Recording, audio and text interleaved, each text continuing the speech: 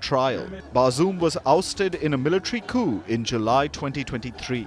He is accused of treason, financing terrorism, and plotting to undermine the state. And Afghanistan confirmed their growing status as the dark horses of the 2024 T20 World Cup. They beat Papua New Guinea by 7 wickets. Afghanistan now advanced to the Super 8 phase of the competition. But their win has sent New Zealand out of the tournament.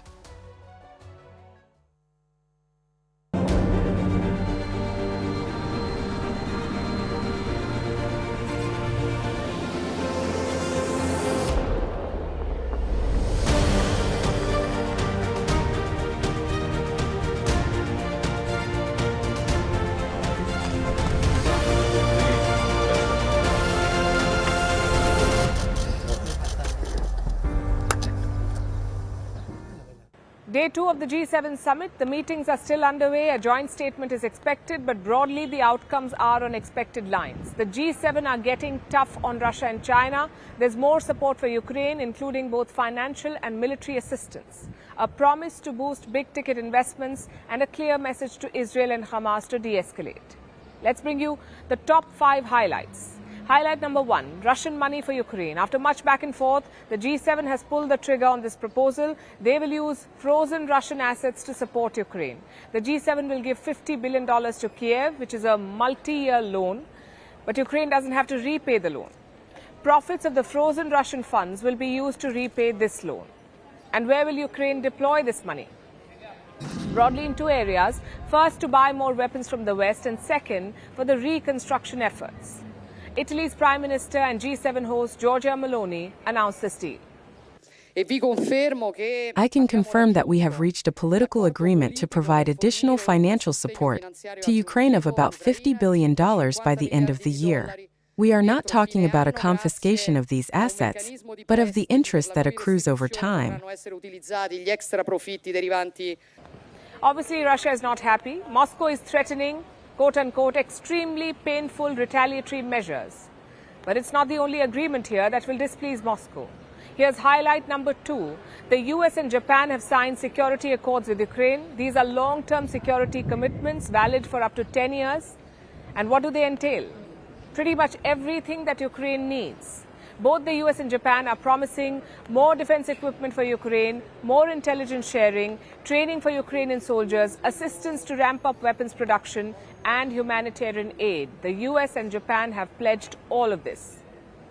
Now, this pact is non-binding, so there are no guarantees in terms of delivery, but Ukraine's President Zelensky is still happy. He's attending the G7 summit, and he has called these agreements historic. He says they will pave the way for Ukraine's NATO membership. The issue of NATO is covered through the text of the agreement. It states that America supports Ukraine's future membership in NATO and recognizes that our security agreement is a bridge to Ukraine's membership in NATO. Ukraine has similar agreements with other allies. So far, Kiev has signed at least 15 such pacts. But the promises made by the US and Japan stand out. Zelensky says the US has promised more lethal weapons to Ukraine. This includes new squadrons of F-16 jets and Patriot missile systems. Japan is giving more financial aid to Ukraine. It has outlined a commitment worth $4.5 billion. Europe, too, is promising to expand support to Kiev. So that's a commitment that the G7 have made in a united way. So it will be shared by each member. And there will be a decision to be taken in Europe by the Americans, the Canadians, and the Japanese. It's a joint effort by the entirety of the members of G7. The G7 is also sharpening its attacks on Russia. That's highlight number 3. G7 leaders have made a pledge. They want to weaken Russia financially. And for this, they have identified 3 targets. First, Russian oil supplies. The G7 will strictly enforce a price cap on Russian oil. Second, future energy projects in Russia. The G7 wants to restrict the flow of funds towards these projects. And third, Russia's metal trade. The G7 plans to clamp down on it. It is a strong signal that we are sending to Ukraine that we will support Ukraine in its fight for freedom for as long as it takes. it is also a strong signal to Putin that Putin cannot outlast us. The goal is to restrict Russia's international trade and significantly reduce its revenues. And to achieve this goal, the G7 will slap more sanctions and double down on enforcement. Because so far these tools have been ineffective. Russia has managed to skirt most sanctions. It is also reducing dependence on the global financial system. The Moscow exchange has suspended trading in dollars and euros, and going forward, Russia has plans to target European assets. The countries of the West have frozen now a part of Russian assets and currency reserves. Now they are thinking about any sort of legal grounds allowing them to finally appropriate them. Despite all the chicanery, theft will certainly remain theft, and it will not go unpunished. So the West versus Russia battle is only set to intensify, both on the battlefield of Ukraine and on the economic front. But what about the other war, the Israel versus Hamas war? Well, that came up for discussion too, and that is highlight number 4. The G7 is sending some clear messages to Israel. They're against a full-scale invasion of Rafah. And they don't want the war to spill over, especially to the north, where Israeli forces are intensifying their operations against the Hezbollah in Lebanon.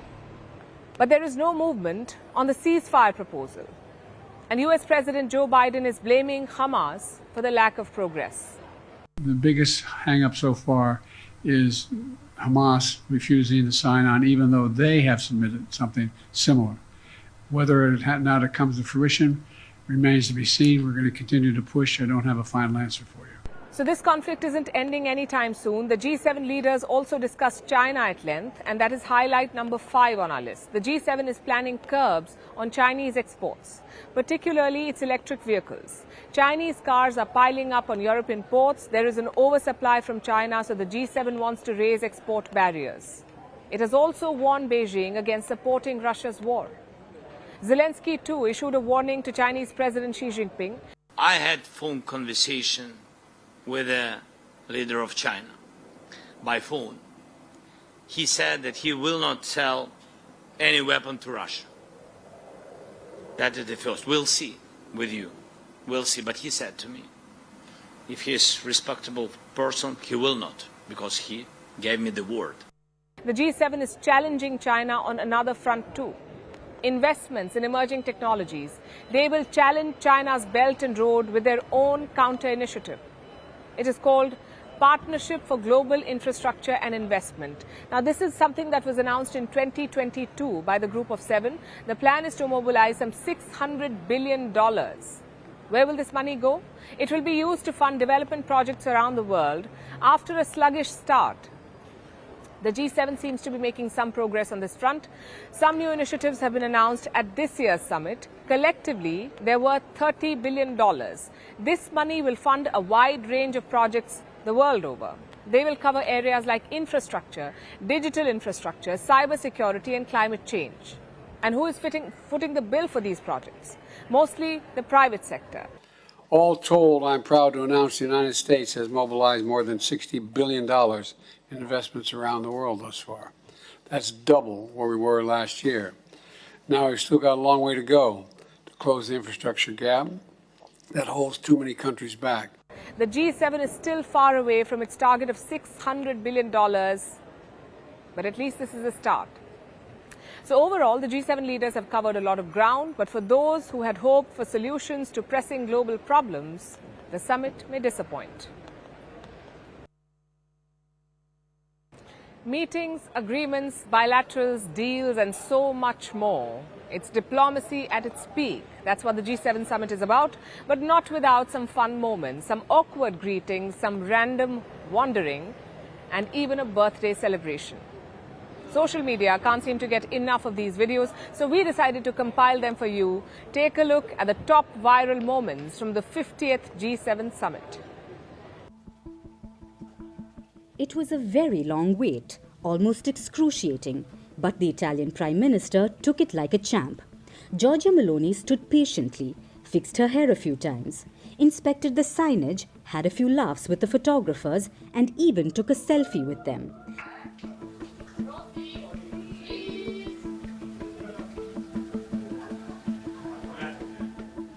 But there's only so much that you can do at the G7 entry point. 21 minutes later, her last guest finally arrived, Joe Biden. Aviators in place, he trudged along to greet Meloni. No one knows why the US president was so late. Maybe his driver took a wrong turn, or who knows. You shouldn't leave a woman waiting for that minute. Maybe it's just fashionable to be late to a party, but Meloni wasn't one to let it slide. Soon, bygones were bygones. The two leaders greeted each other. They exchanged kisses, they hugged, they posed for the camera, and it was time to leave. But Biden had to do a Biden. He shook Meloni's hands, and usually that's good enough. But the US president took it a step further. He saluted her.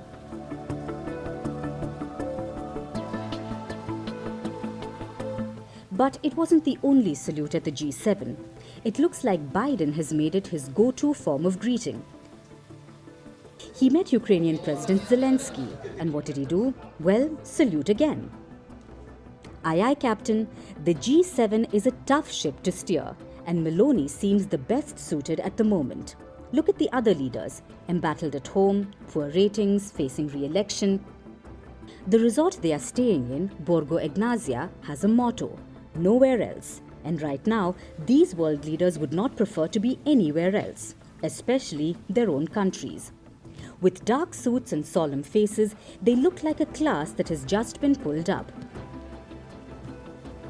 Meanwhile, Meloni, in her pink suit, exuding the confidence of a class topper.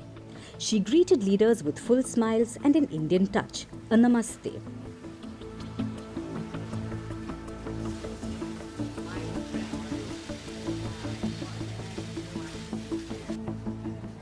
Well, maybe she should have stuck with that, because some hugs were longer than others.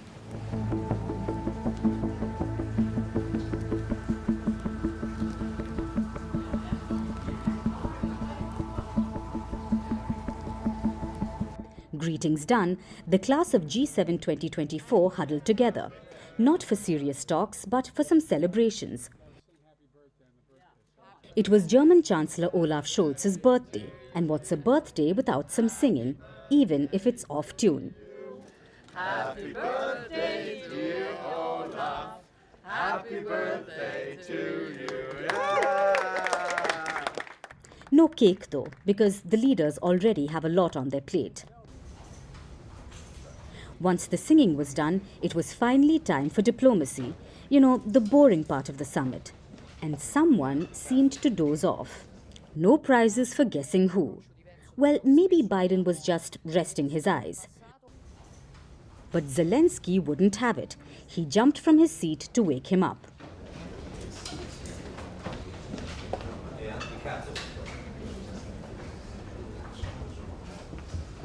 But the most viral moment of this summit happened here, at the flag ceremony. It was the last event of day one. World leaders gathered under the setting Italian sun to see the spectacular display.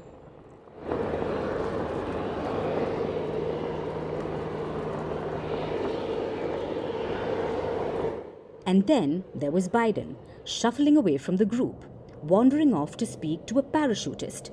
But Meloni would have none of it.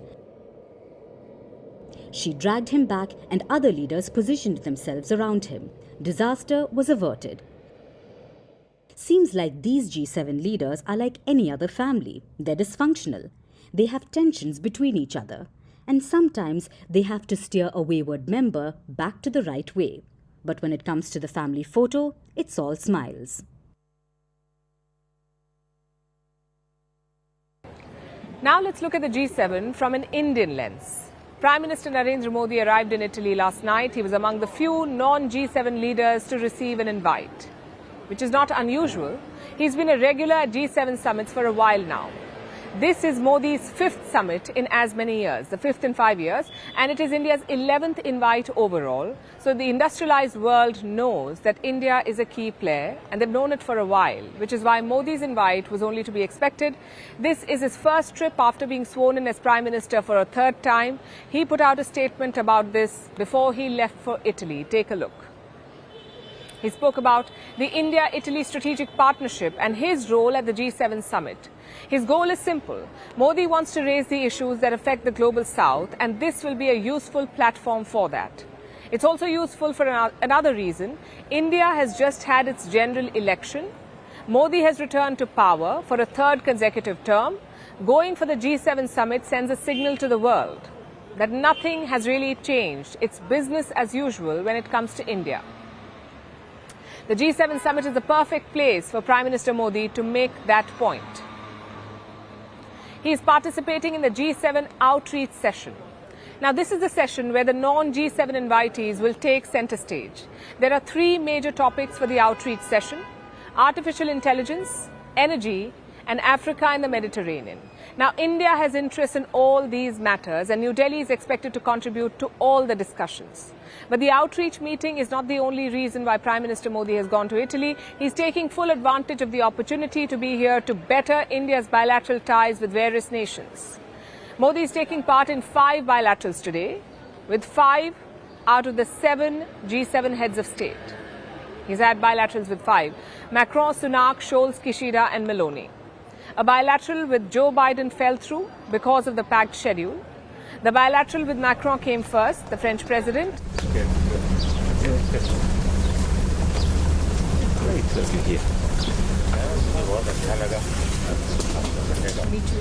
The two leaders discussed a host of topics, from defense to artificial intelligence and critical technologies.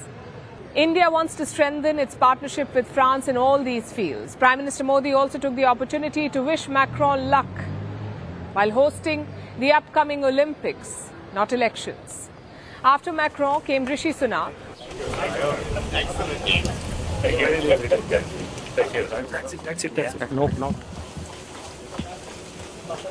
Another big hug, signalling warm ties, and then came the talks. The focus was on trade and defense, with special emphasis on improving cooperation in the defense industry. After this came a meeting with a fellow non-G7 guest, Ukrainian President Volodymyr Zelensky.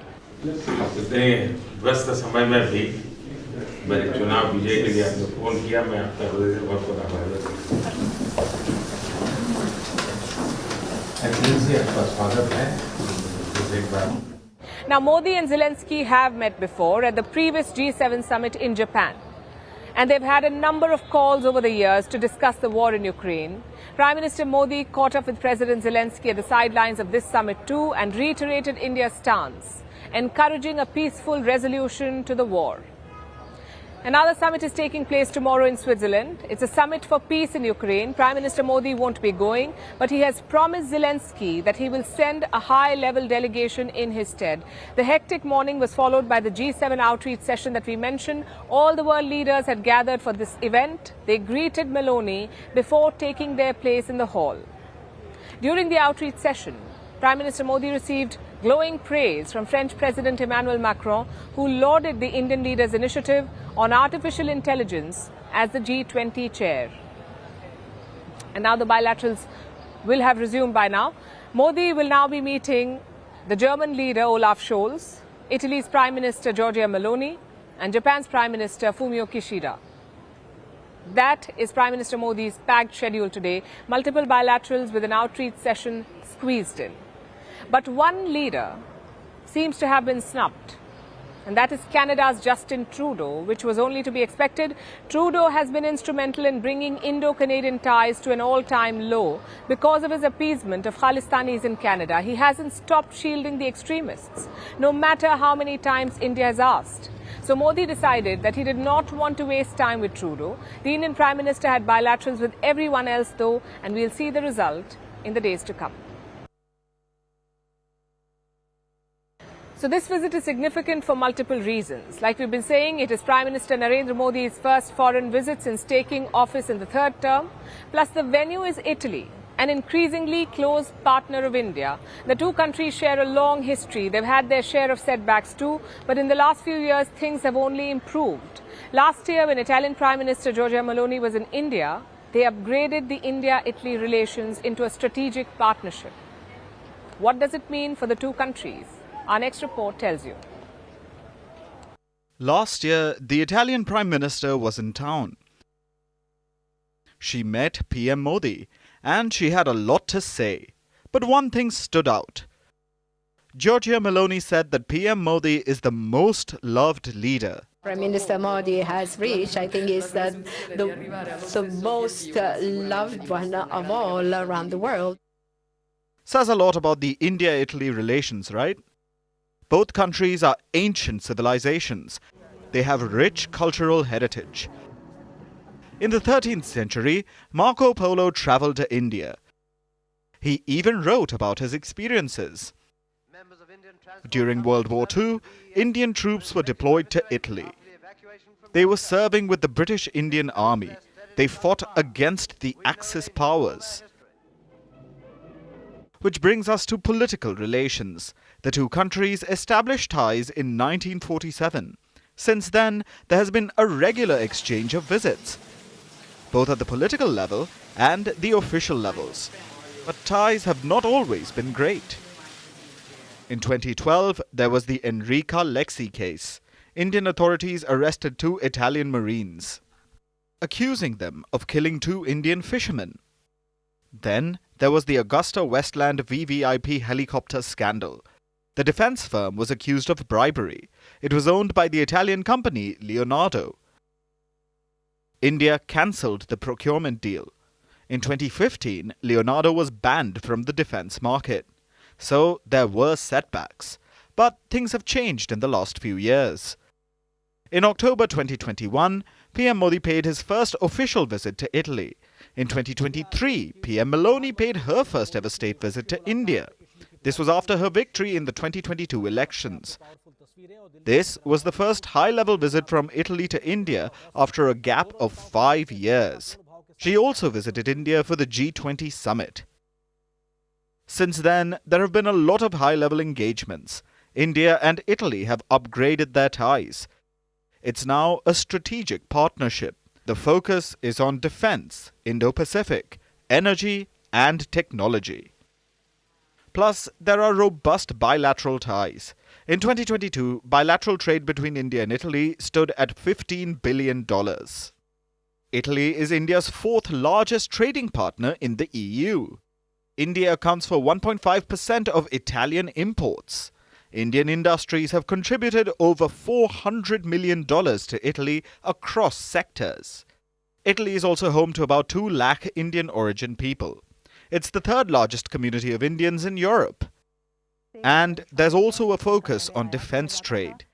Italy is keen to revive defense ties with India. This is after India lifted a ban on the Italian defense major Leonardo. So things are looking up for India and Italy, with a strategic partnership in the balance. Both nations look to boost trade, defense, and bilateral ties.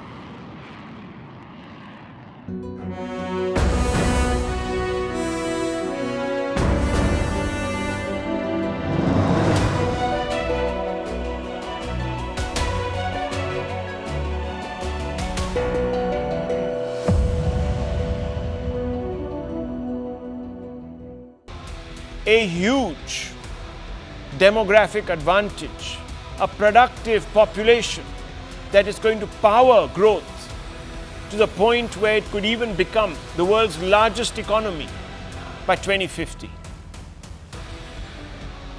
It isn't India that needs the G7, but it is the G7, viewers, that today needs India. Before you accuse me of talking up the prospects of our own motherland without basis, let me introduce you to the indisputable hard facts which I always bring to you, viewers, so you can get closer to the truth, to the fact of the matter. Here is why the G7 needs India, viewers, not the other way around. First of all, because of India's rising influence. India's crucial role in world affairs boosts the G7, bolsters the G7, especially as the UNSC faces decision-making challenges. Remember, viewers, the UNSC itself is losing both vitality and relevance because it is stuck because of vetoes, etc. It's immobile, doesn't do very much, it's paralyzed. So increasingly, other organizations, other alliances like the G7, for example, play a more critical role. And they need India, viewers, to provide that ballast. Economic clout, viewers.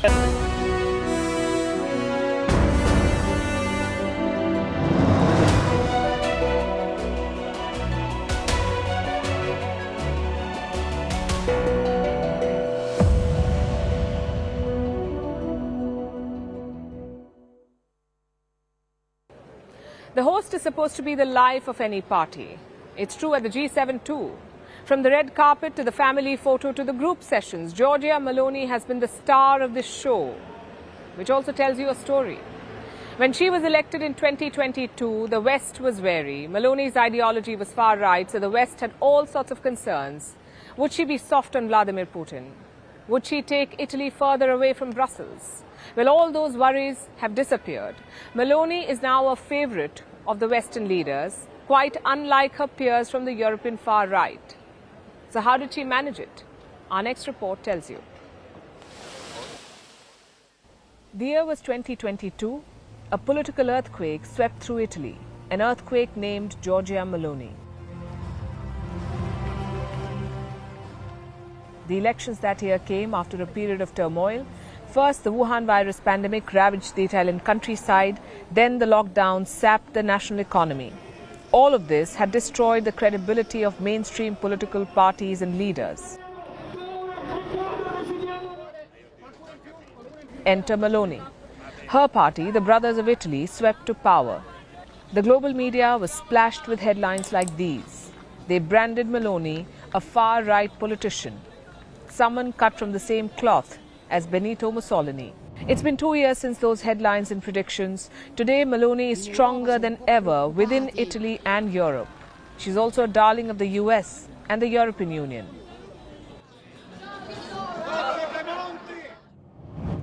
So how did a far-right politician manage this feat? Meloni was born in southern Rome, a region known for its left-of-centre ideology. But as a teenager, she was drawn to right-wing politics. She joined the youth wing of the Italian Social Movement, an organization that evolved from Mussolini's fascist party. As Italy's longtime dictator, Mussolini crushed democracy and freedoms in the country. He also dragged Italy into war and ruin. His imprint and legacy can be seen even here in Bari. This city and this region have historical ties to fascism. Mussolini cultivated Puglia as an agricultural basket. After the First World War, he wanted to convert Italy into a self-sufficient country. And this is the region that he chose for it. He intensified grain, olive oil and wheat production, and all of it was monitored from this building behind me, the Palazzo del Governo, or the Government Palace. A building that was built in the 1800s, later converted by Mussolini into a government headquarters. It is from here that the fascists exercised control over Bari and southern Italy. In 2012, Meloni founded her Brothers of Italy party. In the 2018 general election, the party got just 4% of the votes. But the following years altered Italy's society and economy forever. Italy was among the worst affected countries during the pandemic, with almost 200,000 deaths. Suddenly, Meloni's right-wing policies did not look radical. They looked like the solution to the problems created by mainstream parties. Her party won 26% of the votes in the 2022 elections, and Meloni became Italy's first female Prime Minister. Many commentators wrote doomsday predictions. They accused Meloni of being a neo-fascist. But in her first speech as Prime Minister, Meloni rejected those allegations. She embraced the idea of a united Europe. I never felt sympathy or closeness to undemocratic regimes, any regime including fascism. Just as I have always considered the racial laws of 1938 the lowest point in Italian history, a shame that will mark our people forever.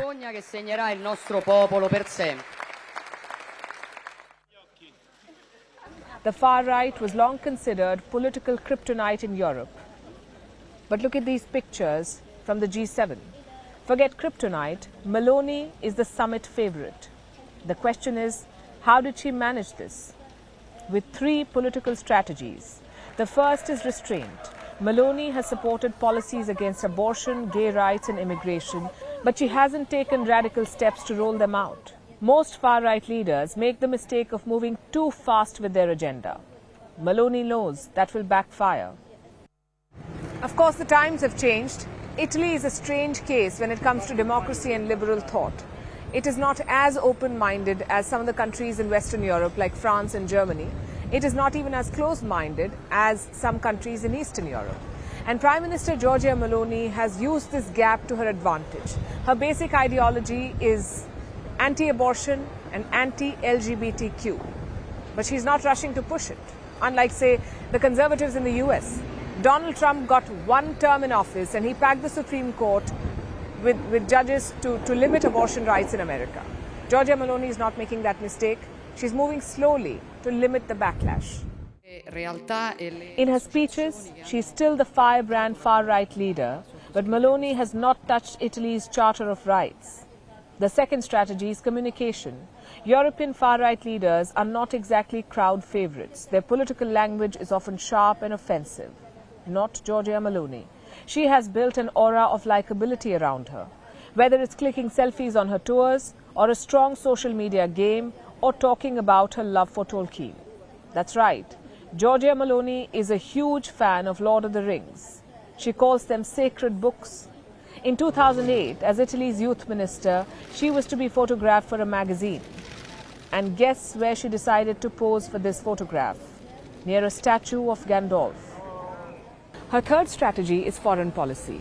Most European far-right leaders have antagonized mainstream Western institutions like the EU and NATO. In fact, many far-right parties in Europe are called Eurosceptics. But not Giorgia Meloni. She has positioned herself very carefully. She firmly backs Ukraine's defense against Russia.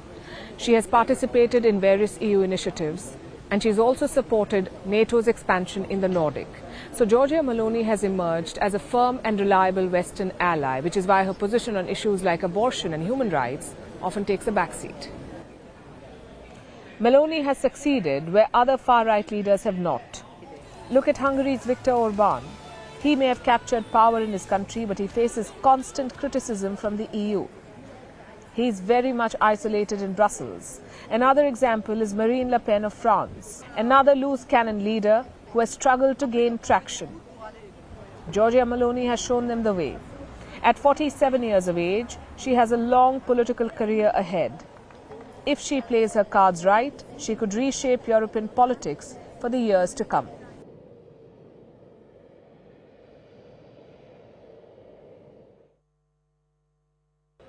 Before we begin our next story, let me show you some images. This is Pope Francis, the Holy See, the sovereign of the Vatican. Now this is him wearing a puffer jacket, riding a motorcycle and drinking beer at a music festival. No, the pontiff is not leading a double life, not that we know of. These images are deep fakes, meaning digitally altered images of the Pope, created using artificial intelligence. Last year, when these images went viral, all eyes were on the Holy See, which is why today the Pope has travelled across Italy from St. Peter's Square to Bari to make a historic intervention at the G7 summit. The Pope was welcomed by Italian Prime Minister Giorgia Meloni. There was banter, goofing around and some expectation setting. Ancora ridi? Ancora ridi? Siamo in due. Da tu. Mi fa tanto piacere, un grande regalo questa tua presenza. Grazie. Veramente. Sono molto contenta. Sarà una lunga giornata, lei lo sa. Afterwards, the Pope greeted leaders from G7 and other nations. Macron put his jacket on as a mark of respect. Argentina's Javier Milei shared a hug. Biden shared a close moment with the Pope, quite literally, and Indian Prime Minister Narendra Modi greeted him like an old friend. After the meet and greet, the Pope got down to business. He spoke about artificial intelligence. Faced with the marvels of machines, which seem to know how to choose independently, we should be very clear that decision-making, even when we are confronted with its sometimes dramatic and urgent aspects, must always be left to the human person. We would condemn humanity to a future without hope if we took away people's ability to make decisions about themselves and their lives by dooming them to depend on the choices of machines. He pushed for stronger guardrails on AI and stressed on the ethical implications of the technology. We need to ensure and safeguard a space for proper human control over the choices made by artificial intelligence programs. Human dignity itself depends on it. This starts from an effective and concrete commitment to introduce ever greater and proper human control. No machine should ever choose to take the life of a human being. Now, he's the first pontiff to address this summit. But this should not come as a surprise because Pope Francis has a record of breaking convention. He is known to weigh in on world affairs. He has sent loud messages on ending the wars in Ukraine and Gaza. He has approved blessings for same-sex couples. He has pushed for women's participation in governing the church. For a sovereign of the Vatican, these are all bold opinions and decisions. But what is surprising is this. Technology is not obvious territory for the church. So why is a pope talking about AI? Yes, the matter is personal for him, but his concerns go far beyond this unintentional stint of sneaker modeling. As a young man, the pontiff trained as a chemist. Technology interests him. He believes AI offers exciting opportunities, but he also foresees grave risks to mankind. So from a moral authority lens, this is something that the Pope can talk about, and he has. Since the launch of ChatGPT, AI has dazzled the world. But there are fears about AI safety as well, from risks in everyday life to creation of bioweapons. Time and again, the Pope has echoed these concerns. In his annual peace message this year, Pope Francis called for an international treaty on artificial intelligence. The Vatican Research Institute has issued a document as well. It lays out principles for the ethical use of AI. Top tech players, including Microsoft, IBM and Cisco, have signed this document. And this is the soft power of the papal office. Giorgia Meloni knows this. So it is not surprising that she would invite the Pope to talk about a mutual concern. Last year, Italy placed a temporary ban on ChatGPT. It also plans to penalize the misuse of AI. Meloni supports an ethical framework for artificial intelligence. And what better than give it a push during the G7 summit that she is hosting? With G7 leaders who are at the forefront of the AI debate, the European Union has a wide-ranging AI Act. It is set to take effect over the next 2 years. Japan is drawing up a code of conduct for AI developers. It has a framework of global regulation for AI. The US is calling for an AI legislation. Britain pushed for a dialogue during an AI summit last year. So slowly but surely, G7 nations are trying to regulate artificial intelligence. Meloni can only hope that the papal star power gives them a boost. Strategic location, rich history and a long coastline. Bari is truly a picturesque port city, but it's more than just another tourist hub. It's a key part of Italy's ambitious plans. As the world rethinks supply chains, towns like Bari are coming into focus. With global trade evolving, Italy is positioning itself as a crucial player. So what role will Bari play in this? How will Italy become the transport hub that connects Europe to the East? Here's a report.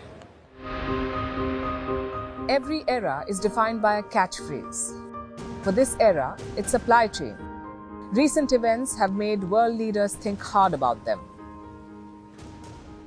The pandemic showed why making in China is a huge risk. You're betting on a country with little to no transparency. Then in 2021, there was a traffic jam at the Suez Canal. One ship got stuck in the crossing and trade worth $10 billion was halted. Both these events have made one thing clear. Our supply chains and trade routes must be more reliable and diverse. This realization has put the focus on cities like Bari. In the ancient times, if a city wanted to grow, the most important resource was this, the sea. I'm talking about a time before steam engines and oil. If you wanted to trade or travel, you had to depend on the sea, and that's where Bari is blessed. It's a city located on the Adriatic port. Behind me is the port of Bari. Every month, it welcomes dozens of vessels, from cruise liners to shipping containers. In fact, Bari is considered as Italy's gateway to the East, especially the Balkans and West Asia. Bari isn't a bustling port like Rotterdam or Dubai. It handles around 2 million passengers every year, plus around 8.2 million tons of goods. but its potential is immense. Bari lies straight across Eastern Europe and the Balkan region. It can also link Italy to Greece, Turkey and West Asia. The ancient Romans realized this strategic advantage. They turned Bari into a prominent cultural and commercial hub. Of course, that also made this city a target for invaders. As a port city, Bari has changed hands many times. You can see Greek and Roman influence very prominently in the architecture here. And fun fact, Bari was also a Muslim emirate for a brief while before being taken over by the Christians again. It's all about the location. From Bari, you can take goods further up north to Rome and other parts of Italy. In fact, this port city has been mentioned in texts from 181 BC. That's more than 2,000 years ago. So everyone wanted a piece of the city. That history is now repeating. Italy is hoping to expand its ports and turn the country into a transit hub. The plan has been gradual. First, Italy bet on China to improve its trade infrastructure. It was the only major Western country to join their Belt and Road Initiative. But last year, Prime Minister Giorgia Meloni pulled out of it. She intends to partner with the Gulf states and India now. To realize Italy's dreams, two ingredients are necessary. The first is a gift from nature. Italy's coastline is around 7,500 kilometers long. It is located in a very busy commercial waterway, the Mediterranean. This region accounts for 30% of global maritime trade. So Italy is blessed with location and coastline. Now comes the second part, investments. Italy has announced a special National Recovery and Resilience Plan. It has allocated more than $10 billion to upgrade Italy's ports. The European Union is also pitching in. Their lending arm, the European Investment Bank, has extended loans to Italy, around $30 million for port expansion. Italy has set aside a lot of money to develop its ports. Terminals are being expanded here at the port of Bari. Some additional dredging is being done to welcome bigger shipping containers. Further south, you have another major port, the port of Brindisi. It's all part of the same project to develop Italy into a transport hub. And we saw indications of that last year at the G20 summit, when India, Europe and the Gulf states announced a joint project to develop a transport corridor connecting India to the Mediterranean via the Arabian Sea. It's going to be a time-consuming project, but Italy wants to be prepared when the route opens. Port operations are key for Italy's economy. It makes up 9% of the national GDP. The country is also a net exporter of goods. In 2023, Italy had a trade surplus of more than $24 billion, meaning they exported more than they imported. So domestically, port expansion will help Italy. But the real money lies elsewhere. Ports in Northern Europe remain far ahead of Italy, like Rotterdam, Hamburg and Antwerp. Rotterdam alone handles 10 million TEU, or 20-foot equivalent. It's a measure of cargo size. But Italy's entire port capacity is 10 million.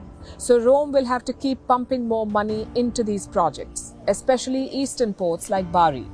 These ports could become the focal point for Italy's trade with the East, including India and China. And Prime Minister Meloni knows this. She has cultivated great relations with the leadership in India. Her G7 guest list also included West Asian leaders, Saudi Crown Prince Mohammed bin Salman and King Abdullah of Jordan. MBS could not make it, but it shows her priority. Both Saudi Arabia and Jordan are part of the India-Europe Economic Corridor, so Italy is courting them. This mission will not be easy though. Italy will face competition from neighbouring Greece, which has a strong shipping industry. The ports up north will also put up a fight, but with global trade picking up pace, maybe there's enough room for multiple players.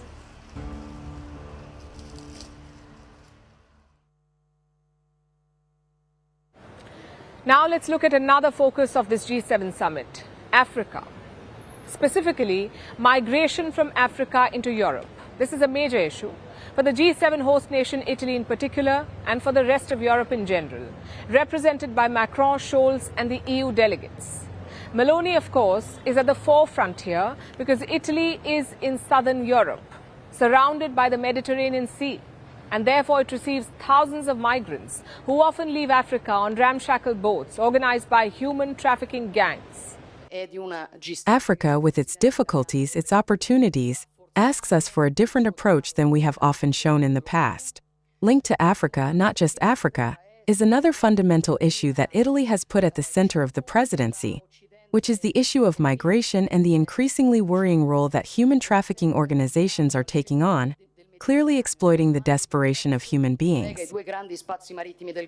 About 22,000 people have arrived in Italy via boat this year. Last year, this number was at 150,000 people, and this is not a safe journey. The migrants had to brave the Mediterranean Sea, where rough weather takes a toll. About 2,000 migrants died or went missing last year. Thousands of others had to be rescued. The boat journey from Africa is perilous. But every year, thousands upon thousands still try to make the voyage. Why is that? For two reasons. The first is that they're seeking asylum. There are a number of insurgencies in Africa. Terrorists have taken over vast areas in countries like Mali, Burkina Faso and Niger. Even Nigeria faces an insurgency by Boko Haram, so you can understand why people are fleeing their homes. They want to escape the violence. So that's one reason for the illegal migration from Africa. But it's not the only reason. The other reason is economic opportunity.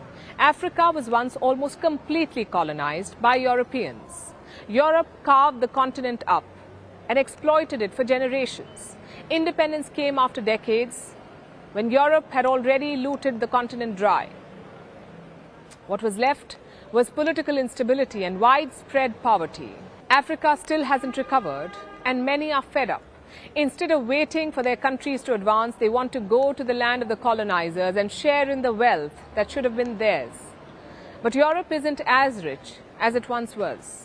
Recent events like the war in Ukraine have dealt them a blow. Europeans across nations are going through a cost of living crisis. In this situation, they don't want more mouths to feed, so they want to put an end to illegal immigration. Now, Europe does hold the blame for poverty in Africa. They created the problem that they now face. So how do they end it? Giorgia Meloni has a simple plan. Invest some of Europe's wealth in Africa, create jobs and economic opportunities. Meloni thinks that this will reverse the trend of illegal migration, at least migration for economic purposes. And Meloni calls it the Mattei plan. The first one is that all of us, we understand that Africa is not looking for charity. They ask for the possibility to compete on an equal footing. And you cannot do that if you don't have infrastructures. So we understand it, and we know it is the priority we have to work on. For too long, Africa has been misunderstood and exploited, looked down, or from above. But Africa is instead a continent that can surprise if put in the conditions to take advantage of what is extraordinary about it.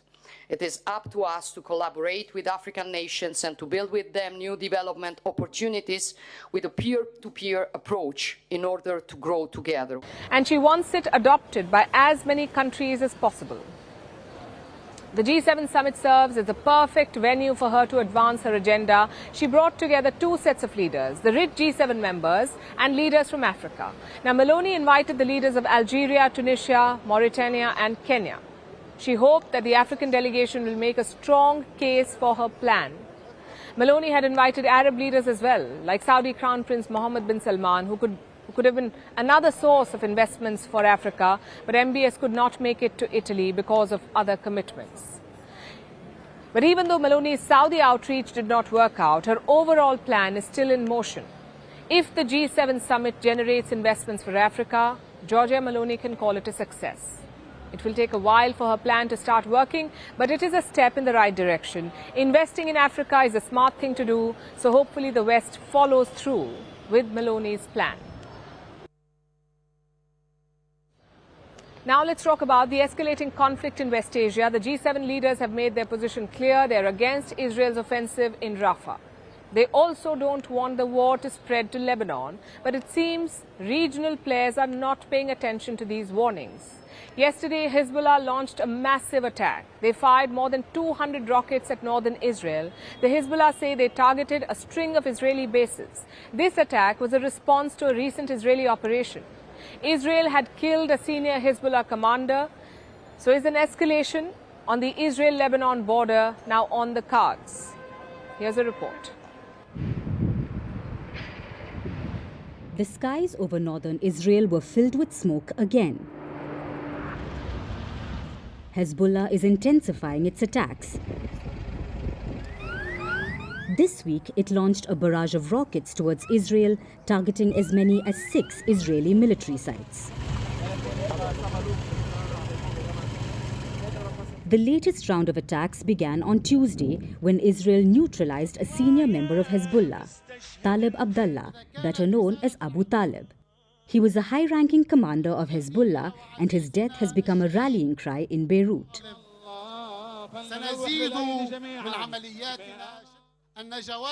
After this pure blood of our dear leader, after the martyrdom of Abu Talib, we will increase our operations in intensity, force, quantity, and quality, and let him wait for us in the field. For 8 months, Israel and Hezbollah have been trading fire. But this week's escalation is worrying. In terms of scale, it's one of the biggest attacks yet. Over 215 rockets were launched. They ignited a string of fires in northern Israel. Hezbollah says it took out military targets, including Mount Meron, where the Israeli forces have a radar station, and a factory which makes armored vehicles. The comments have sparked fresh fears for a wider war in the region. Lebanon and Hezbollah, under the guidance of Iran, bear full responsibility to the deterioration of the security situation in the north. Since the war began in Gaza, the Hezbollah has maintained pressure on Israel on the northern border. Just like the Hamas, Hezbollah too has the backing of Iran. But compared to the Hamas, Hezbollah is a more powerful force. It has participated in multiple regional conflicts. The group's fighters have extensive experience in urban warfare, and they're also well equipped. The Hezbollah has some 200,000 warheads, 140,000 mortar shells, and many drones and precision-guided munitions. So the Hezbollah can sustain a long war. The United Nations is worried about this scenario. The situation, like I said, across both sides of the blue line, to calm down so that things don't spiral out of control.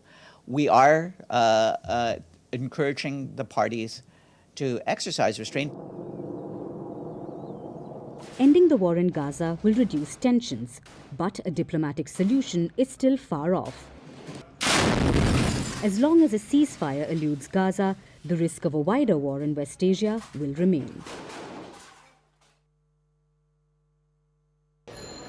Holding a global summit like the G7 is a big deal. The biggest leaders of the world arrive with their teams, so every minute detail is planned.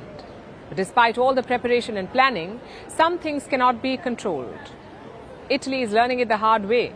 While Prime Minister Meloni is playing host to the world, global headlines talk about a brawl in the Italian parliament, where lawmakers clashed over a controversial bill. Leaders shoved one another, threw punches and fell to the ground. Amid this scuffle, one lawmaker was injured and had to be evacuated in a wheelchair. Here's a report. Just as Italy prepared to welcome world leaders for the G7 summit, this is what some Italian leaders were up to.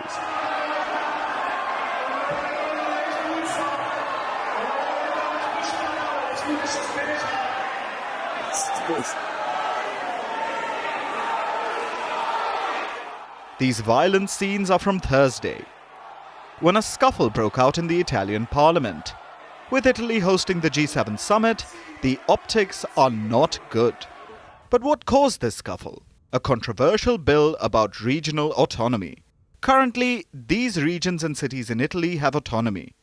Trento, South Tyrol, Sicily, Friuli Venezia Giulia Aosta, and the island of Sardinia.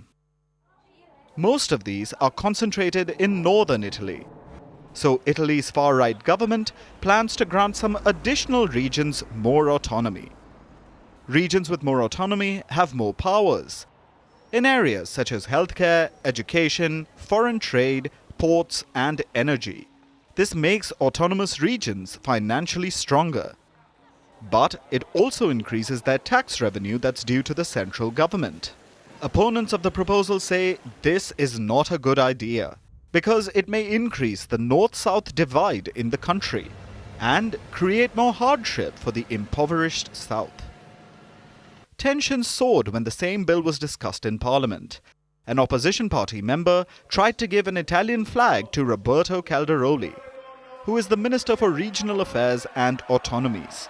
Calderoli rejected the tricolour flag and backed away. Within seconds, chaos erupted. Others in the lower chamber joined the fray. They shoved one another, threw punches. Some leaders say they were kicked. One leader was apparently injured and was evacuated on a wheelchair. Now, Italian officials are expressing regret. Foreign Minister Antonio Tajani says, "I have no words. We need to set another example, not punches to resolve political problems." Sounds a bit like too little, too late, because images from the brawl are making headlines globally, and not much can be done to undo this. At this point, the only saving grace for Italy is this. Brawls have a long history of playing out in parliaments, and this happens time and again around the world. In Taiwan, lawmakers have thrown punches, chairs, and eggs. In fact, a brawl broke out just last month. In 2020, legislators in Taiwan even threw pig hearts, intestines, and lungs. For context, this was after the ruling party decided to allow imports of pork from the US, which contained a controversial additive. And when it comes to fights, lawmakers can get creative. Less than a month ago, a lawmaker was doused with water during a parliamentary debate in Georgia.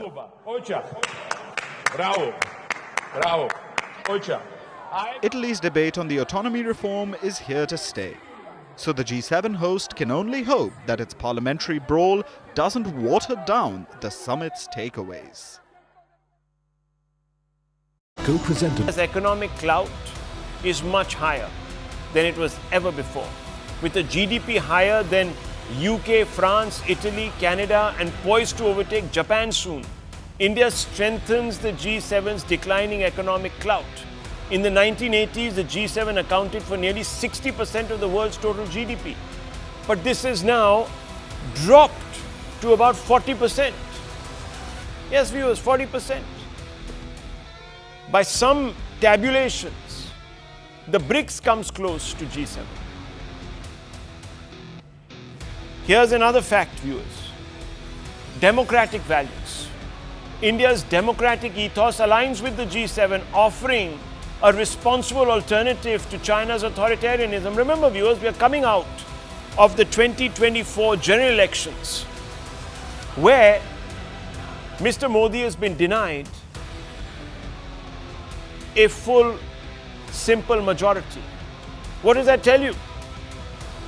That far from being in decline, India's democracy is actually, viewers, robust, and there are enough checks and balances to stop anyone from misusing the levers of power. Here is another hard fact, viewers. Global South representation. India bridges the gap with the Global South, incorporating perspectives from developing nations into global decision-making. This is where it's at, viewers, in the Global South now. The West is